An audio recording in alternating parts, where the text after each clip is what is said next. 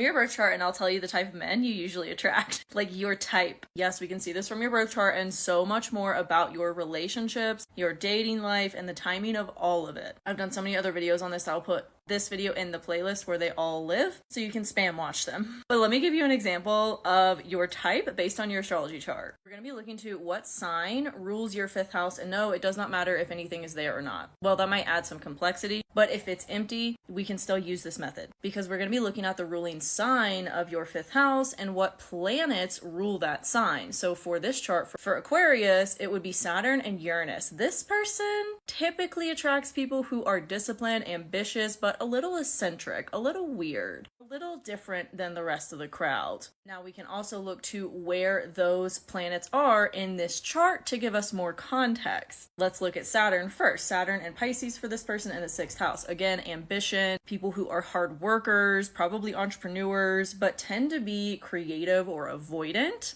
This person's type is probably like the starving artist or like the feminine guy in the tech world. Because their Saturn, the ruler of their 5th house, is in Pisces, they attract musicians, creatives, but also people who can be avoidant, sensitive, intuitive, feminine, and probably really deeply spiritual as well. Now, the other planet that rules Aquarius, Uranus, and their Uranus is in Capricorn in the 4th house, and it's on Neptune, which amplifies the whole energy of their type, being someone who's usually pretty avoidant and who tends to use substances to escape reality. They might have had a chaotic upbringing. That's kind of like the shadow side, and we can obviously look at either in any part or area of your chart for anything. The most evolved form of this energy would be somebody who's like an entrepreneur in the spiritual or creative world and really has their shit together. Like they're responsible, they're diligent, they're successful, they're ambitious, but they still are probably a little weird because this is Aquarius after all. Do this for your chart or ask me questions in the comments. Have you already looked at your chart for this? Let's chat about it.